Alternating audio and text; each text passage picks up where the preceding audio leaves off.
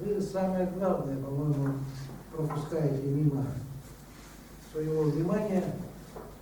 Это поправки, связанные с влиянием именно президента Российской Федерации на судебную власть.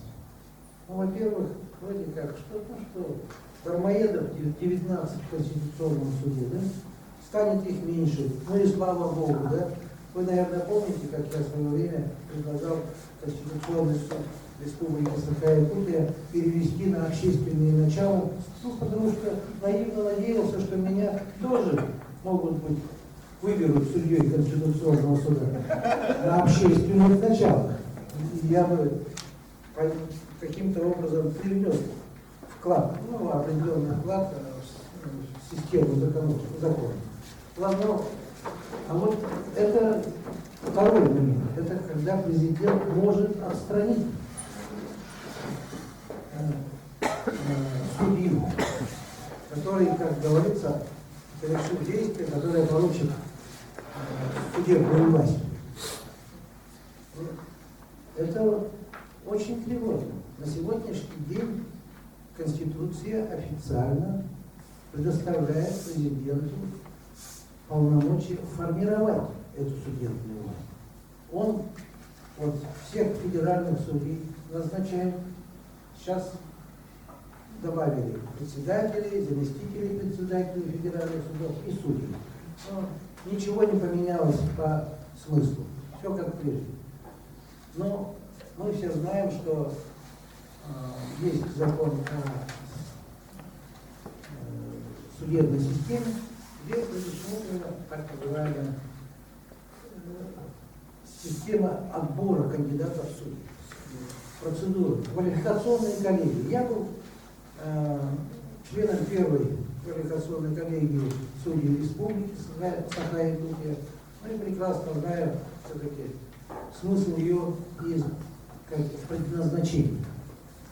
Вот так мне очень тревожно, что в Конституции на самом-то деле ни слова о квалификационных коллегиях не сказано. А говорится только о том, что президент назначает. И снимает. И теперь еще будет снимать. А вот как раз квалификационные коллегии, их полномочия было снимать за действия, которые порочили честь судебной власти. Вот тут очень тревожно. Это вкупе с тем содержанием в проекте, которые уже были озвучены. Я считаю, что этот вопрос никак нельзя обойти. Надо, наверное, против этого категорически выступить. И даже предложить, наверное, у меня были выступления на эту тему, президенту отказаться от влияния на формирование даже судебной власти Российской Федерации. Почему? Потому что это, опять же, основа конституционного строя. Разделение властей, независимость судебной власти. На сегодняшний день, я не знаю, каким-то образом даже Страсбург признает решения российских судов как судов, которые приняты в рамки независимых судов. Есть декларация о правах человека, который говорит о непризнании таких судебных решений. Но плюс, так скажем, отказ от признания именно цель поправки по международному праву. Да? Да. Это цель отказаться исполнять судебные решения Европейского суда по правам человека. Единственный суд, который может принять на сегодняшний день какое-то решение, это он. Но есть еще плюс, наверное, международные суды, Гаага и так далее. Но главная цель как раз отказаться и в Конституции прописать это. Хотя на самом деле никто не предлагает статью 15 несоответствующие изменения. Как бы предполагалось, да? Потому что это основа конституционного строя. где сказано, что если международным договором Российской Федерации предусмотрено иное правило, чем установлено законом, что действует международный договор. Вот от этого отход в проекте Конституции. Получается, мы будем закладывать явное противоречие внутри самой Конституции. Ну и последнее. Да, вот лично мне, конечно, вопрос патриотизма, о котором говорит Константин Анатольевич, имеет существенное значение. Я бы даже добавил там, включил бы в основу конституционного строя, что государственная власть, государственная служба строится на основе принципа патриотизма, который подразумевал не только отсутствие иностранного гражданства конкретного государственного служащего, депутата, сенатора, президента, председателя правительства, но и всех его аффилированных лиц. Чтобы не было действительно, как в том анекдоте, гулять только придется по 3 недели. Потому что во всех остальных странах у нас есть свои интересы. Вот почему речь идет об аффилированных. В нормальном мире, ну во всем не российском мире, у нас всегда пытаются прописать, что такое аффилированное лицо. Перечисляют там жена, там, дети и так далее.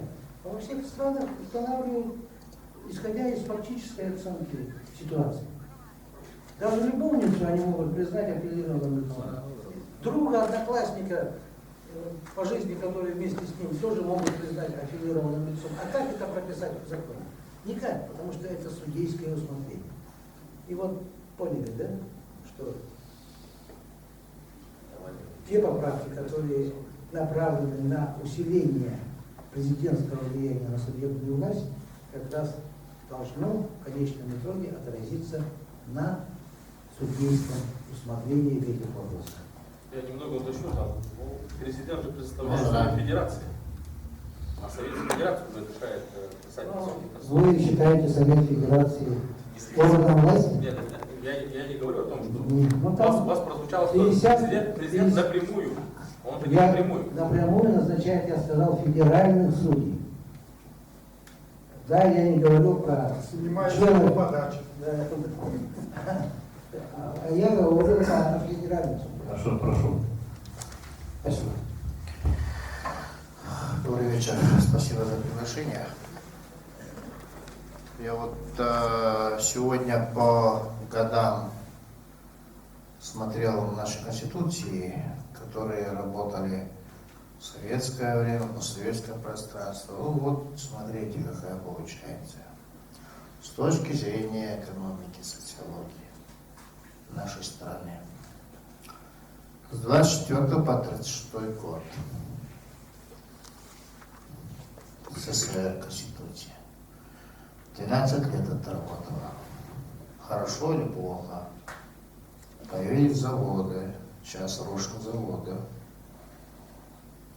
Теперь появляется, что по 77 год Сталинская Конституция.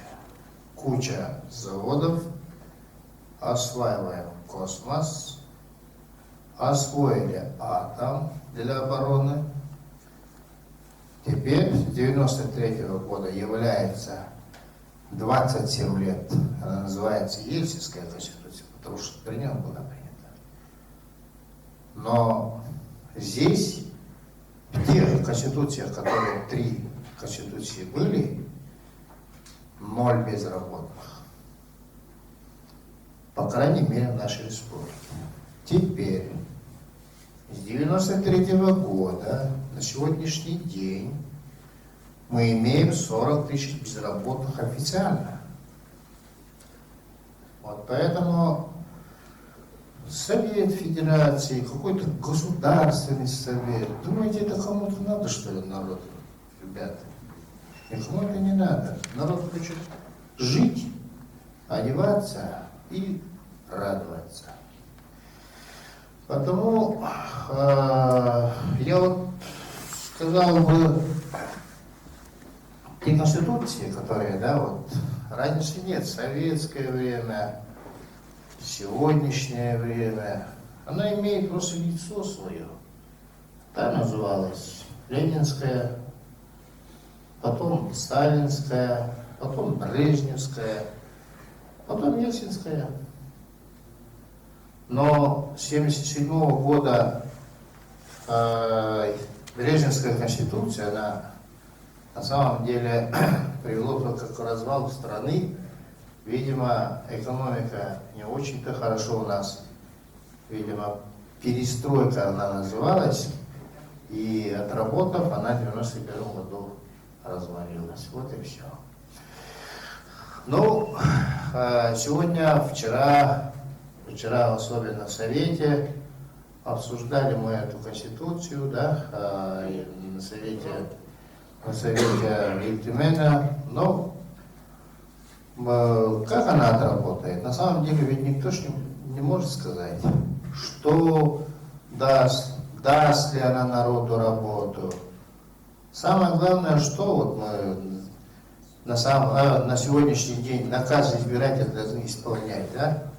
Это мы должны дать на работу народу. Какая к черту конституция, когда народ безработный сидит? У нас должна быть конституция, которая должна дать работу народу. Больше ничего не надо.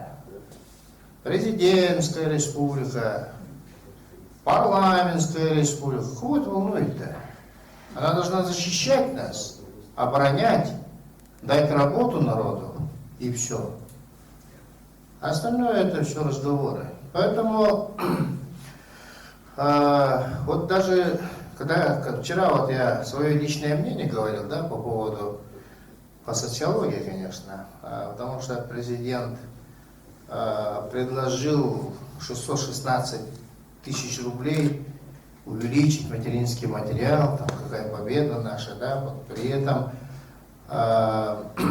самое главное, вот, видимо, аналитика, которая при президенте, социология, видимо, не очень-то страдает, потому что мы сегодня получили женские специальности, да, по поводу учителей, врачей и детсадиков. Там полностью совершенно это женские специальности, которые, получив эти детские пособия или материнский капитал, они будут просто хорошо рожать. Это на самом деле хорошо, но то, что район останется без врача, село останется без учителя, мы же об этом не подумали, самое-то главное. И вот Евгения Исаевна Михайлова в 5-м созыве предложила, да, увеличить число мест на селевые, да, никто ж не поддержал тогда. Вот сейчас это работало бы хорошо, и мы бы получили, может быть, юношей, пацанов, которые закончили тех же учителей, и получили бы уже на сегодняшний день, может быть, людей мужского пола, которые работали бы теми же учителями или врачами. Потому что ЕГЭ сдать невозможно, поступают. И в итоге мы получили детей, которые даже якутской национальности, хочу заметить, да, которые остаются на материке, потому что здесь работы нет и не там остаются. Это самое главное наша тревога на территории Республики Саха-Якутия. Потому я вот сегодня, вчера и позавчера со своими депутатами Государственной Думы фракции, которые связывался, но мы люди партийные, поэтому, когда речь идет партийного решения поддержать Конституцию, проект Конституции Российской Федерации, предложенный президентом Российской Федерации, мы должны поддержать. Поэтому мы, как партия, Коммунистическая партия Российской Федерации, обязаны поддержать и работать над изменениями, чтобы это все работало на благо народа, населения. Это самое главное. Поэтому плохо, что в высших учебных заведениях, да, вместо политической экономии сейчас переназвана экономическую теорию. дисциплина была такая. Там и учили как раз понятие, что такое строй, капитализм и коммунизм, потому что социализм, вернее, потому что тот богач, который оказался после 90-х на территории Республики Саха-Якутия, он не хочет с нами делиться. Вот что самое главное. Мы сегодня докладываем 1 триллион 220 миллиардов рублей, да, внутренний валовой региональный продукт, а мы имеем 40 тысяч безработных. И поэтому вернуть бы вот эту дисциплину в высшее учебное заведение, чтобы студенты начали различать, кто такой капиталист и кто такой социалист, ну, может быть, не коммунист, но я закончу сейчас, уже заканчиваю, да? Видите, не нравится уже. Поэтому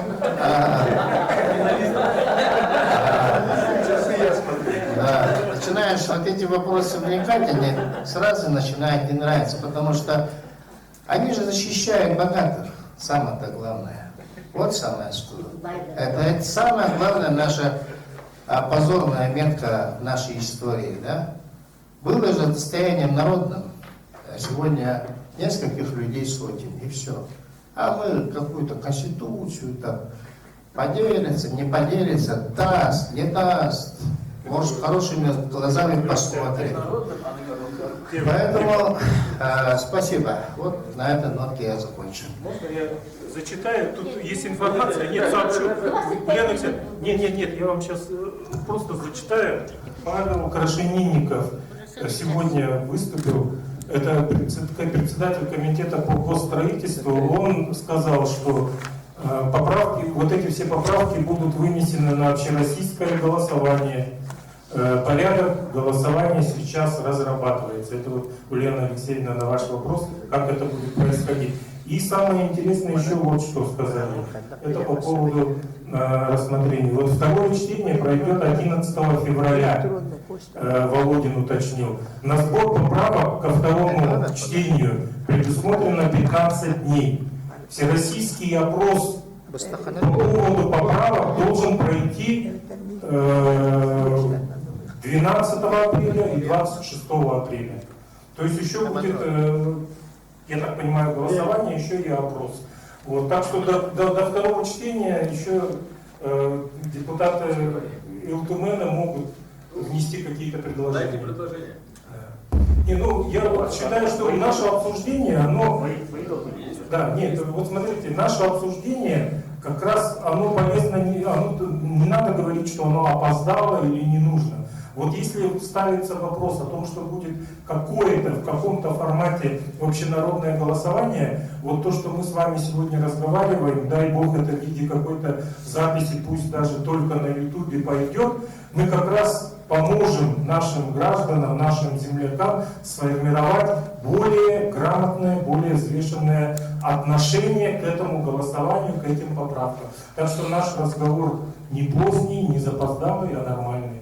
Поэтому, когда мы вот сейчас все высказываем, и у нас могут быть разные мнения, вот, допустим, я говорю, что неэффективные поправки, да, вот товарищи тоже объяснили, на что нужно обратить внимание, было бы.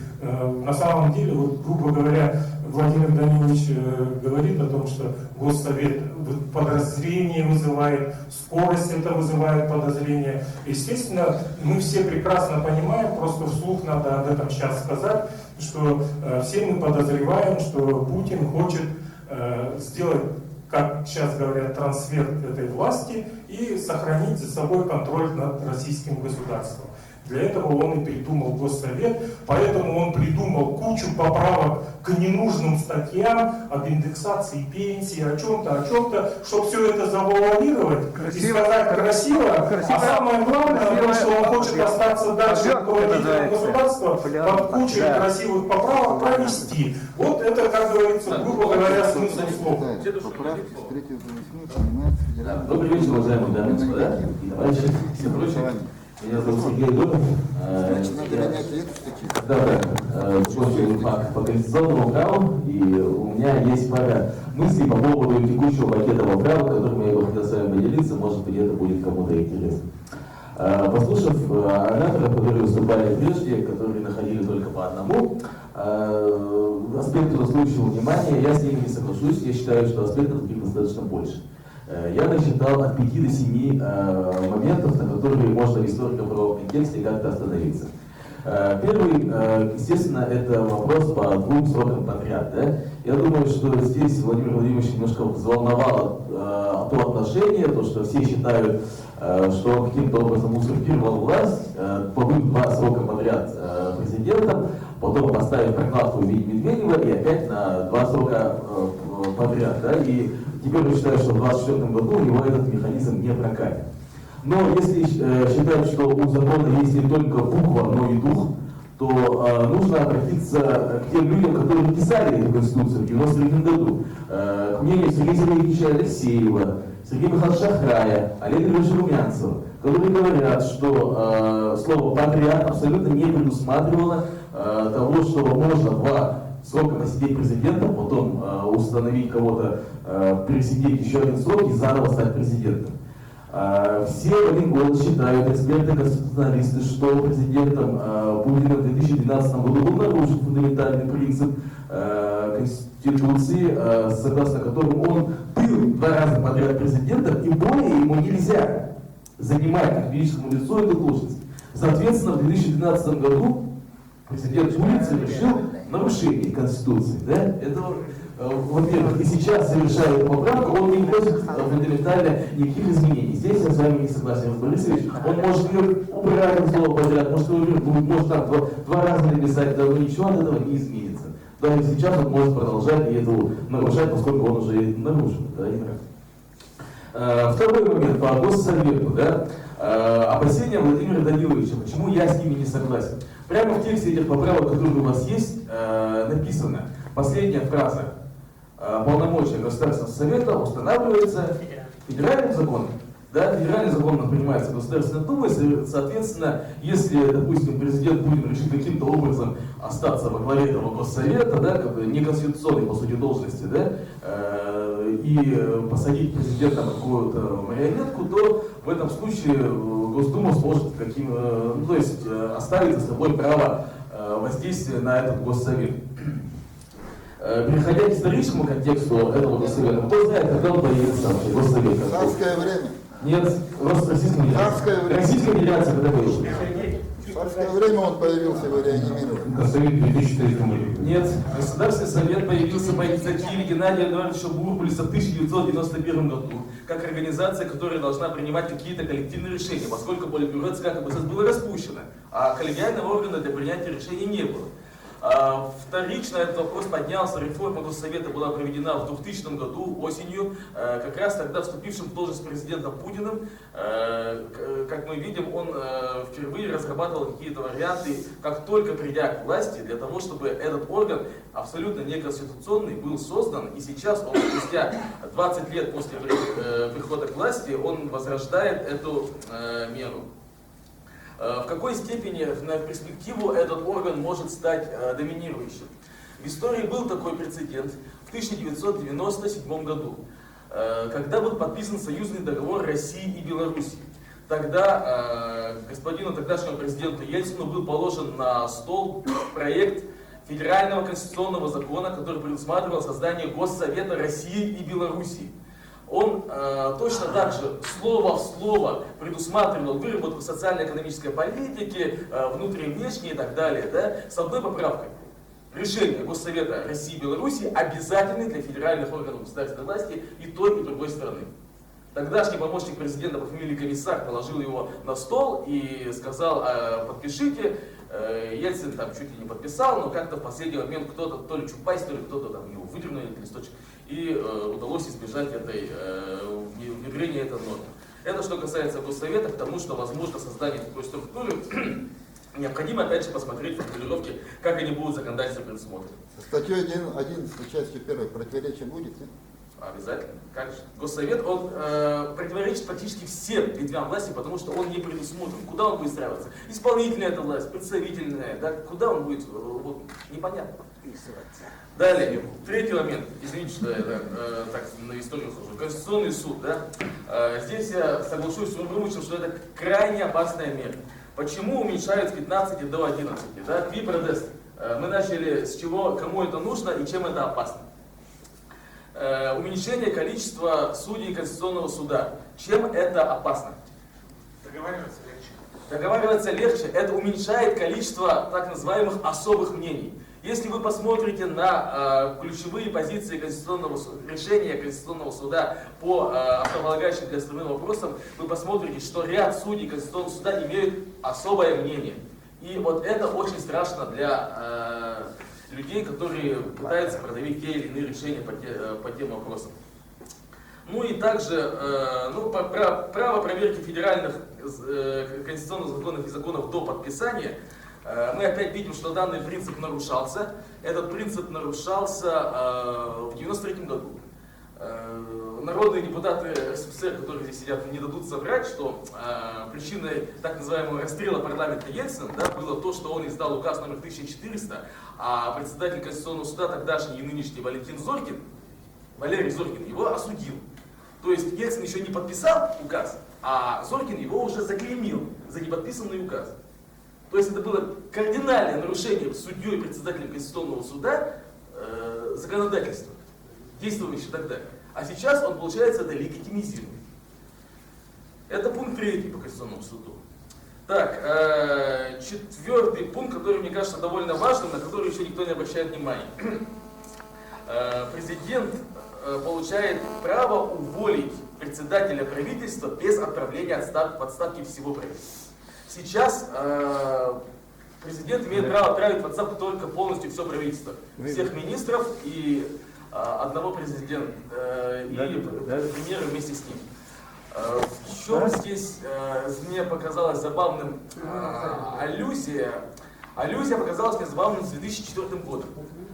Тогда президент Путин испугался возросшей популярности растущей премьера Михаила Касьянова с растущей экономикой, он его вызвал к себе и сказал, что вы уволены. И Касьянов сказал: господин президент, вы даже не знаете собственной конституции, вы не знаете, что вы не можете уволить одного премьера, вы должны отправить отставку все правительство. Это может служить как иллюстрация, как у нас юрист-президент, собственно, не знает собственной конституции. Так, пункт 5, который я считаю достаточно важным, собственно, введение в термин, в общественный оборот, в терминологию самой дефиниции «публичная власть». Как вы знаете, в Конституции вообще не было понятия «публичная власть». У нас есть законодательная власть, исполнительная власть, судебная власть. Понятие «публичная власть», мне кажется, это связано с тем, что у нас со стороны инициаторов поправок Конституции существует большое презрение к местному самоуправлению. Сейчас у нас этими поправками хотят фактически воедино соединить государственную и муниципальную власть, тем самым, может быть, сократив муниципальных чиновников, урезав их полномочия и так далее. Но данный проект поправок Конституции вступает в очень большое противоречие с Европейской хартией местного самоуправления 1985 года, которая гласит о том, что муниципальная власть должна быть жестко, строго отделена от государственной, что это должны быть разные бюджеты, разные предметы ведения, разные полномочия. И введением в оборот термина «публичная власть» мы видим фактически нивелирование института местного самоуправления. Это 5-й момент, на который я хотел обратить внимание. Так, 6-й, предпоследний, это приоритет Конституции над международными договорами. Как было сказано уже, если мы сейчас этими поправками вводим, по-моему, Константин Анатольевич сказал, что у нас как бы приоритет национального права над международным, но статью 15, дескать, никто не отменял. Но здесь мы видим противоречие права над правоприменением, когда даже в 2014 году у нас официально признавался приоритет международного права, мы все равно приняли в состав Российской Федерации Крым. Хотя до этого был Будапештский меморандум 1996 года, где мы официально на международном уровне признали наличие в составе Украины 27 регионов, в том числе Автономной Республики Крым. То есть в 2014 году уже было попрано грубо международное право, И был, собственно, побран сам принцип в нашей Конституции, верховенства его над национальным. То есть, соответственно, данные поправки опять также только легитимизируют то, что правоприменительно уже сейчас действует.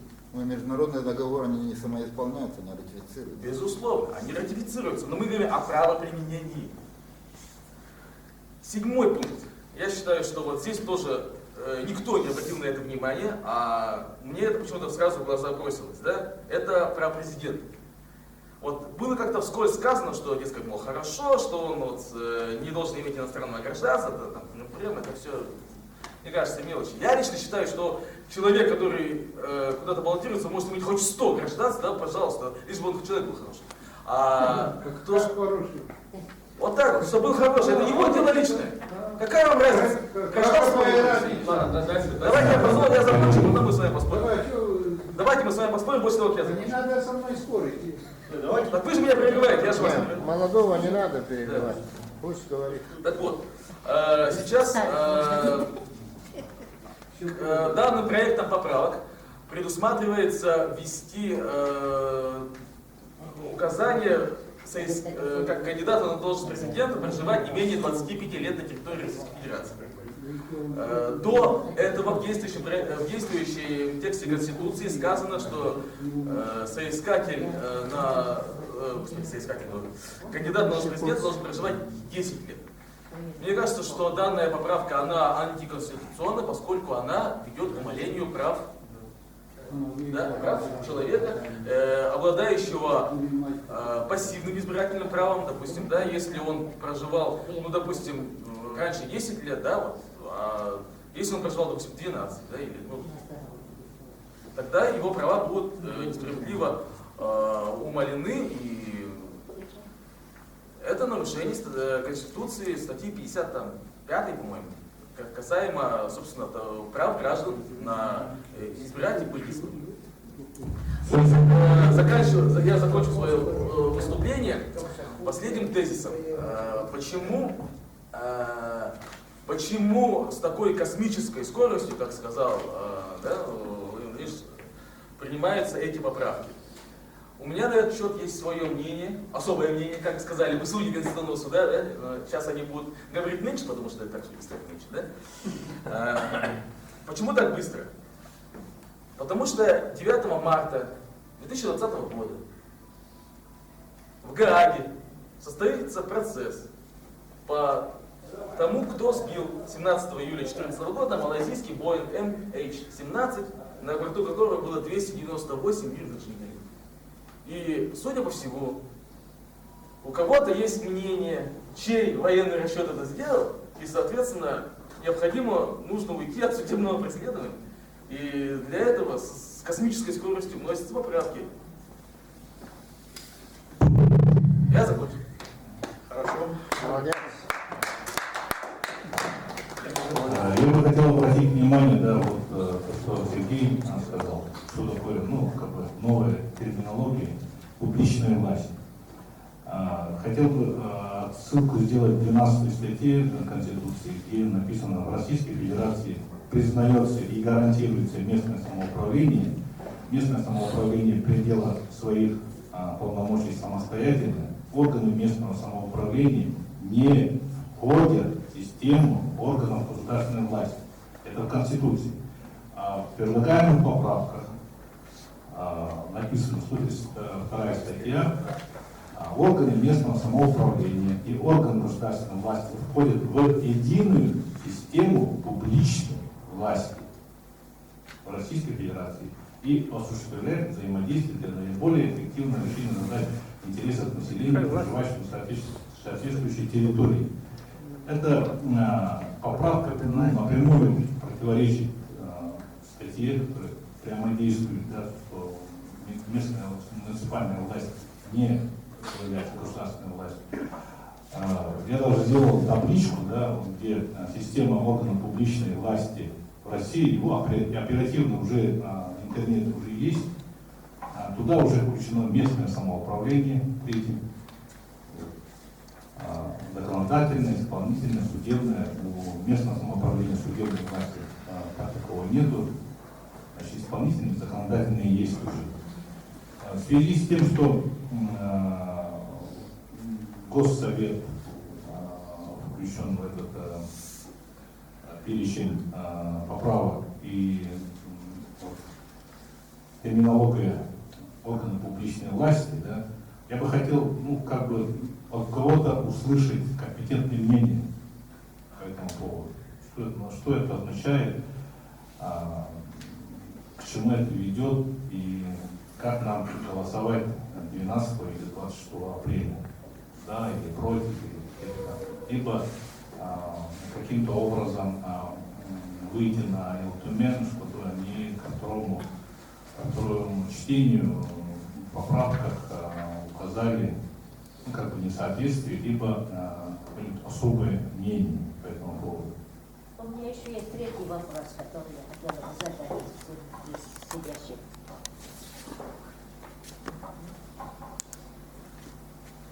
Ну, хорошо, на второй вопрос мы кое-какое пояснение получили. Мне кажется, она более-менее близкая, наверное, к истине. На первый вопрос мой еще никто не ответил.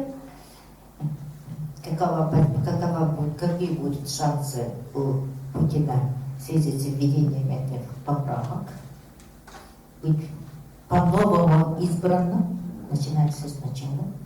А третий вопрос мой состоит в том, что, ладно, эти поправки сегодня обсуждают в первом чтении. В первом чтении они, конечно, пройдут. Самое главное — второе чтение. Вот здесь могут ли любые субъекты законодательной инициативы вводить свои поправки к этим поправкам дополнительно? Мне кажется, здесь очень опасная ситуация может сложиться. Я вижу, что «Справедливая Россия» уже вносит свои поправки. Еще кому-то это захочется, потому что опасения у меня исходят из того, что Путин озаботился языками коренных малочисленных народов. Ничего хорошего нет. Да, в этом ничего хорошего нет, потому что за этим у него есть мысли развивать национально-культурные автономии.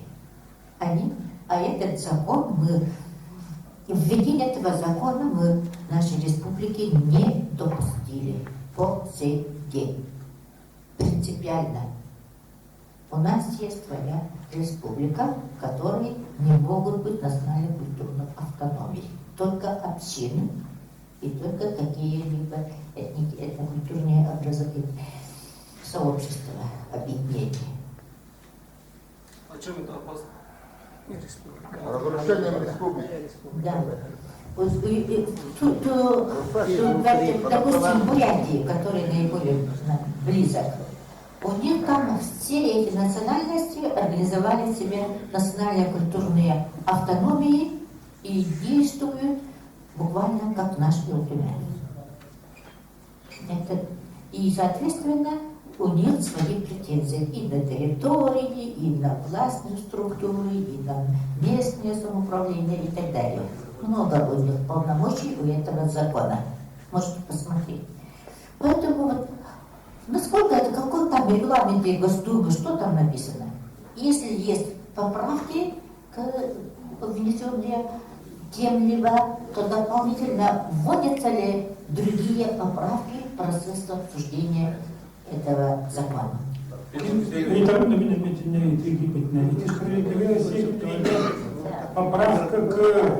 поправки, то есть законопроекту Путина самостоятельно.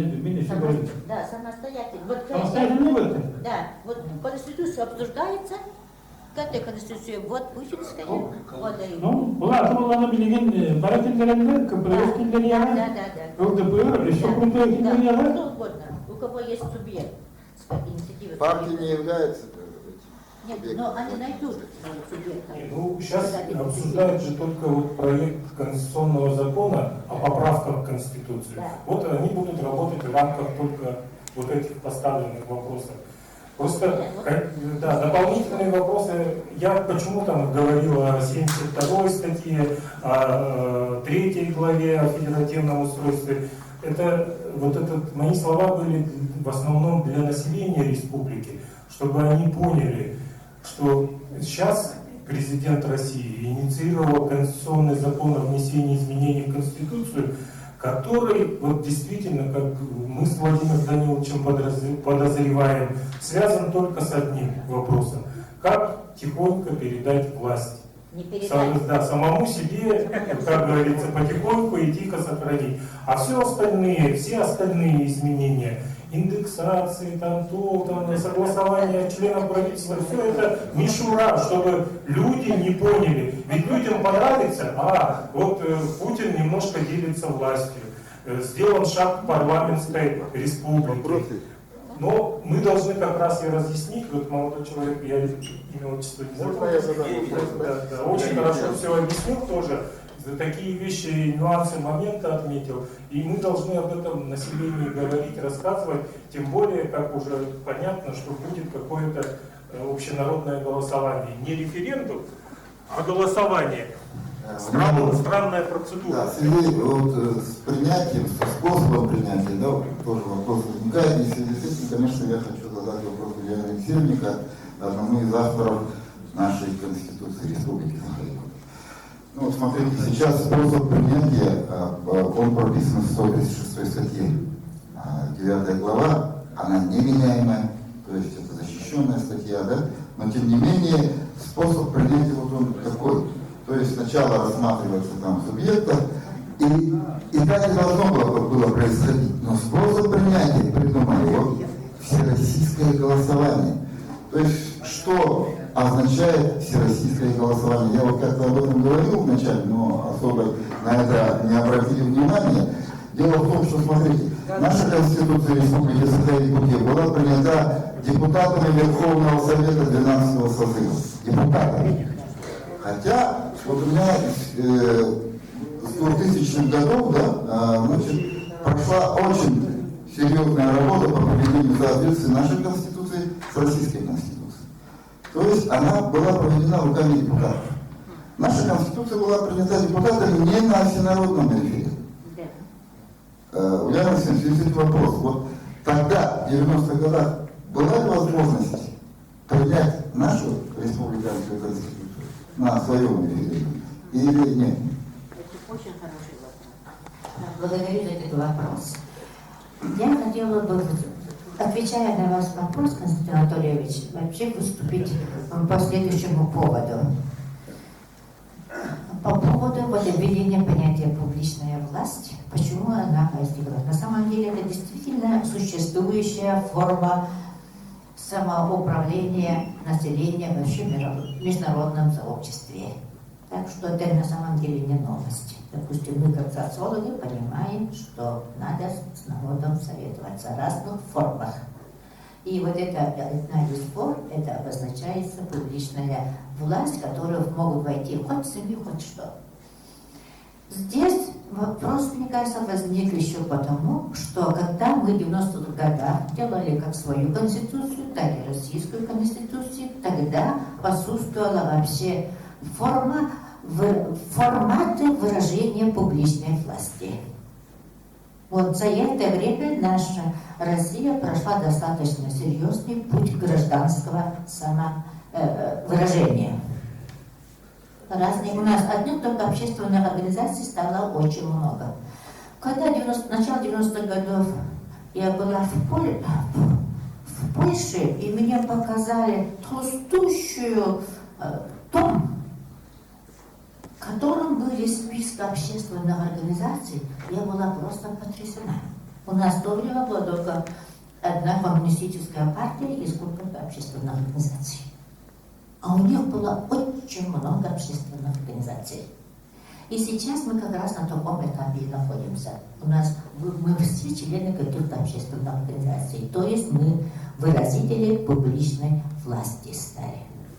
При этом получилось страшное противоречие. То есть, закончим мысль. Тогда вот и референдума не могло быть в целом, потому что у нас не было сформулировано, не была развита вот форму публичной власти. И потому Конституцию Российской Федерации тоже мы приняли крайне коряво.